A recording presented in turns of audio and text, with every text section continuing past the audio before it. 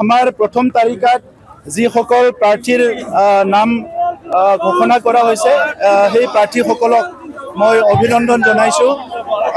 বহুত চবে কৈছে যে বহুত ভাল লিষ্ট হৈছে আৰু এই 18জন যি প্ৰাৰ্থী আমি ঘোষণা কৰিছোঁ 18জনো জিকি যাব এইটো নিশ্চিত হৈছে।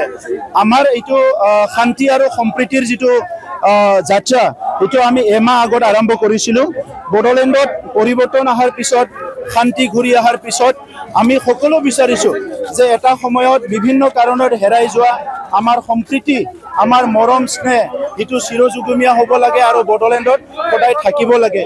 এটা সময়ত আমি দেখিবলৈ পাইছিলোঁ যে বড়ো অনাবড়ো ৰাজনীতি ইয়াতে আৰম্ভ হৈছিলে।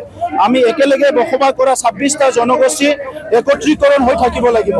আমি একেলগে বসবাস কৰা 26টা জনগোষ্ঠীৰ ভাষা সংস্কৃতি আমাৰ পৰিচয় অস্তিত্ব আমি একেলগে ৰক্ষণাবেক্ষণ দিব লাগিব। আৰু এই পৰিৱেশ আগৰ চৰকাৰবিলাক কৰিব পৰা নাছিলে, এই পৰিৱেশ আগৰ ৰাজনীতি দলবিলাক কৰিব পৰা নাছিলে।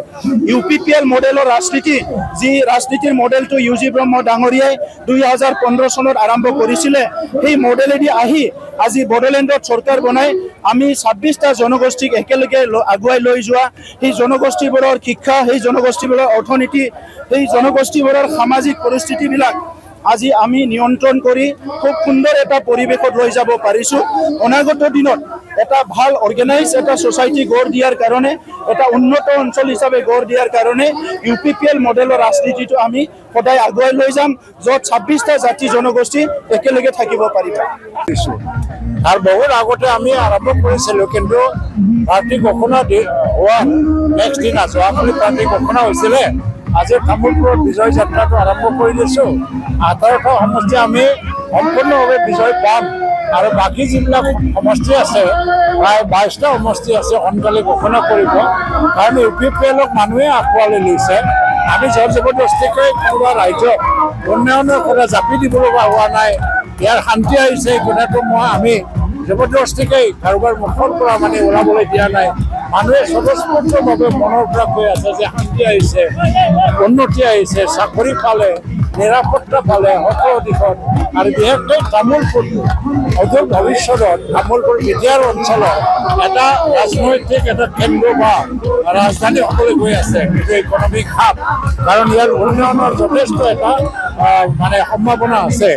ইয়াত অসম চৰকাৰেও মুখ্যমন্ত্ৰী এদিন কৈছিলে যে তামোলপুৰে নীতিয়েৰে অৰ্থনীতিৰ যিটো ডাঙৰ এটা কণ্ট্ৰিবিউটৰ হ'ব আৰু ইয়াৰ অঞ্চলৰ পৰা উন্নয়ন যিটো এটা অৰ্থনৈতিক ৰাজধানী আমি তামোলপুৰটোকে আমি নিৰ্মাণ কৰিব পাৰিম। এই ৰেলীয়ে কৈছে যে আমি কিমান ডিচিপ্লিন, আমাৰ কিমান সততা আছে, নিষ্ঠা আছে আৰু ৰাজ্যৰ প্ৰতি আমাৰ যিটো এটা প্ৰতিশ্ৰুতি সেইটো সদায় থাকিব আৰু ৰাইজে আমাৰ লগত থাকিব।